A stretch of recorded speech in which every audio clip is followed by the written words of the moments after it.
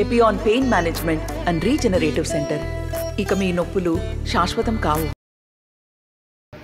ఈనాడు ఈ గంట లోపల పిలువగానే విచ్చేసిన ప్రెస్ మిత్రులకు, ముఖ్యంగా మా సహచర కార్పొరేటర్లకు, మా కాంగ్రెస్ పార్టీ నాయకులకు అందరి పేరు పేరున మా నమస్కారాలు. ఈరోజు ప్రెస్ మీట్ పెట్టడం ముఖ్య కారణం ఏంటంటే, గౌరవ మేయర్ శ్రీమతి గుండు సుధారాణి గారు ఈరోజు మధ్యాహ్నమే టీఆర్ఎస్ పార్టీ నుంచి కాంగ్రెస్ పార్టీలో ఆమె ఒక్కగానే ఒంటరి మహిళలాగా ఒంటరి మేయర్ గారు ఈరోజు కాంగ్రెస్ పార్టీలో జాయిన్ అయినారు. ఆ సందర్భాన్ని మేమందరం ముక్త కంఠంతో, సహచర కార్పొరేటర్ అందరం ముక్త కంఠంతో తీవ్రంగా వ్యతిరేకిస్తూ ఉన్నాం. ఆమె రాకను ఆమెను ఆహ్వానించట్లేదు, ఆమెను నిరాకరిస్తూ ఉన్నాం మేము. కారణం ఏంటంటే, ఆమె ఒకవేళ నిజంగా రావాలంటే మా తూర్పు ఎమ్మెల్యే మంత్రివర్యులు శ్రీమతి కొండా సురేఖ గారు, అదేవిధంగా కొండా మురళి గారిని సంప్రదించి ఒప్పించి మెప్పించి రావాల్సిన అవసరం ఉన్నది. ఇంకనూ రావాలన్నట్టయితే, ఇంకేదన్నా అధిష్టానం దృష్టి నుంచి రావాలన్నట్టయితే, నిన్నగాక నిన్న ఒక బ్రహ్మాండమైన సమావేశం జరిగింది మన వరంగల్లోనే. కనీసం ఆ సమావేశంలోనైనా ఎవరైనా పట్టుకొని వచ్చి, ఏ దొడ్డిదారినైనా వచ్చి ఆ స్టేజ్ మీద ఎక్కించి వాళ్ళతో కండువ కప్పుకోవాల్సి ఉండే. అటువంటి సందర్భాన్ని కూడా ఆమె ఉపయోగించుకోకుండా ఒక దొడ్డిదారిన గాంధీ భవన్కి పోయి, నిన్ననే ఏర్పడ్డ కమిటీ మీకు తెలుసు, జగ్గారెడ్డి గారు, అదేవిధంగా ఇంకాను మహేష్ గౌడ్ గారు, తర్వాత కోదండరెడ్డి గారు, వాళ్ళ ముగ్గురితో ఒక కమిటీ ఏర్పడితే వాళ్ళని మిస్గైడ్ చేసి తప్పుదారి పట్టించి ఆమె జాయిన్ అయిన సందర్భం మేము పూర్తిగా వ్యతిరేకిస్తూ ఉన్నాం. మీకు తెలుసు, ఆమె ప్రస్తుతానికి నిన్నగాక మొన్న కూడా మన పేపర్లో పడింది, ఒక ఒంటరి అయిపోయింది. టీఆర్ఎస్ పార్టీ కూడా ఆమెను ఆ పార్టీ నుంచి వెలివేసింది, ఆ పార్టీ తీవ్రంగా మోసం చేసింది అని చెప్పి ప్రోటోకాల్ నుంచి తీసేసిండ్రు. నిన్న మొన్న టీఆర్ఎస్ పార్టీ మీటింగులు పెట్టుకున్నా కూడా వాళ్ళు కూడా ఆమెను అక్కడ ఆహ్వానించలేదు. ఇటు కాంగ్రెస్ పార్టీ వాళ్ళు నిరాకరించి రావడానికి, వాళ్ళు పిలవడానికి నిరాకరించారు. ఒంటరి అయిపోయి దిక్కుతోచని స్థితి లోపల ఆమె పోయి వాళ్ళ కాంగ్రెస్ పార్టీలో చేరడం అనేది అభ్యంతరకరమని తెలియజేస్తూ ఉన్నాం. ఇటు విషయాన్ని మేమందరం కార్పొరేటర్లను కూడా మా వరంగల్ కొండా దంపతులకు ఏదైతున్నదో వారి ద్వారా వారికి పార్టీకి కూడా మేము విన్నవించేది ఏంటంటే, ఆమె ఒక చెల్లని రూపాయి. ఇప్పుడు ఆమె వెనక ఎవరు లేరు. కనీసం ఒక కార్పొరేటర్ పోయినా ఒక 10-20 మంది వాళ్ళు వెంబడిపోయే కార్యకర్తలు పోయి జాయిన్ అవుతారు. మొన్న మా కార్పొరేటర్లు ఒంటరిగా పోయి కూడా పార్టీలో కాంగ్రెస్ పార్టీలో జాయిన్ అయితే, మీరేనా ఉన్నది, మీకు మేము పనిచేయలేదా, మమ్మల్ని ఎందుకు తీసుకుపోవద్దు అనేది మాకు నిలదీసి అడిగినారు ప్రతి ఒక్క కార్పొరేటర్ మా ఏరియాలలో. కానీ ఆమెను అడిగిన వాళ్ళు ఒక్కరు లేరు. ఆమె నెత్తి మీద రూపాయి పెడితే పావులకు చెల్లించే పరిస్థితి లేదు. ఇక్కడ తూర్పు నియోజకవర్గంలో చెల్లనామే ఆడిపోయి ఒక్కటి పోయి చేరడం అనేది చాలా బాధాకరమైన విషయం అని మేము చెప్తా ఉన్నాం.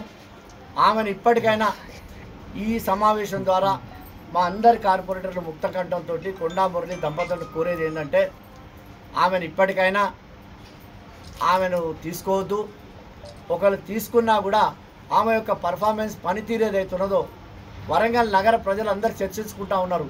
5,000 రూపాయలను వదులుతలేదు, పూర్తి అవినీతిమయం అయిపోయింది.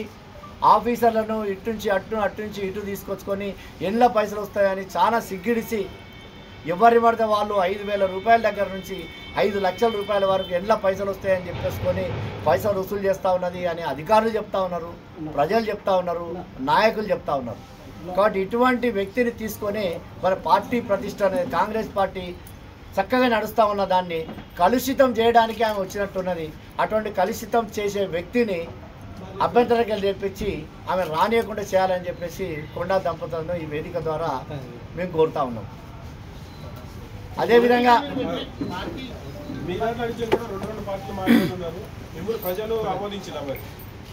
మేము ఆమోదించినా కూడా మమ్మల్ని వ్యతిరేకించడం లేదు.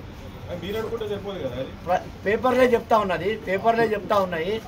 ఆమె వద్దని చెప్పిండ్రు, ఆమె నిరాకరించిండ్రు.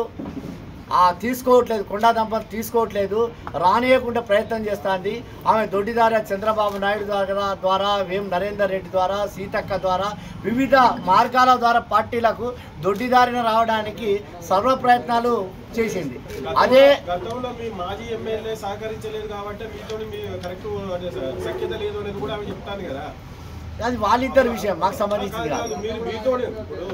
మీతో పాటు సఖ్యత లేకపోవడం వల్లనే కదా మీరు నిరాకరించేది. ఇప్పుడు దానికి కారణం కూడా రీజన్ చెప్తుంది కదా, అప్పుడున్న ఎమ్మెల్యే మీరందరూ కూడా ఆమె సహకరించలేదు, కనీసం కలవలేదు, అడగలేదు అనేది ఆమె అభియోగం కదా. ఇప్పుడు అడగాల్సింది ఉండే. మీ డివిజన్లో అభివృద్ధి పథకాలు చూడకపోతే కూడా మీరు రాకపోయేది. అంటే ఇప్పుడు కాంగ్రెస్ పార్టీ అధిష్టానం లోకల్ మంత్రికి తెలియకుండానే ఆమె తీసుకున్నారు. మేము ఆమెనా తెలియకుండా తీసుకున్నట్టున్నదని మేము భావిస్తా ఉన్నాం. కాంగ్రెస్ అధిష్టానం ఆమె రాకను ఆమోదించిందా ఆమోదించలేదా అది మనకు తెలియదు, కానీ మేము వ్యతిరేకిస్తా ఉన్నాం. మా ద్వారా కొండా దంపతులకు తెలియపరుస్తా ఉన్నాం. అధిష్టానం ఆమోదిస్తే అప్పుడు మీ నిర్ణయం ఏంటి?